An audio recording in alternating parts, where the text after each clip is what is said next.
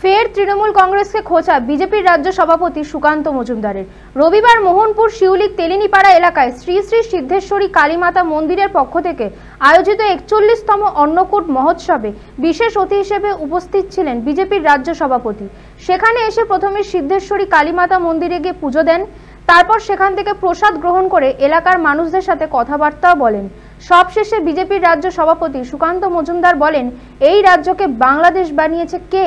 গোটা রাজ্যকে আইন শৃঙ্খলা থেকে শুরু করে বর্তমান রাজ্যের রাজনৈতিক পরিস্থিতি নিয়েও সুর তোলেন তিনি। পুলিশ দলদাসের মতো আচরণ করছে, কিন্তু আজকে আমরা পুলিশকে উচিত শিক্ষা দিয়েছি। পুলিশ আমাদেরকে বলেছিল বাইক র্যালি করতে দেবে না, তারপরে আমরা পুলিশের কাছে দাবি জানাই আমাদেরকে পায়ে হেঁটে র্যালি করতে দিতে হবে। পুলিশ প্রথমে রাজি হয়নি, তারপরে আমাদের চাপের ফলে পুলিশ নতজানু হয়ে বাধ্য হয়েছে 1 কিলোমিটার আমাদেরকে পদযাত্রা করার জন্য। যখন আমরা পদযাত্রা করছিলাম আমাদের কর্মীর মাথায় লাঠিচার্জ করা হয়, পুলিশ ঘুষি মারে।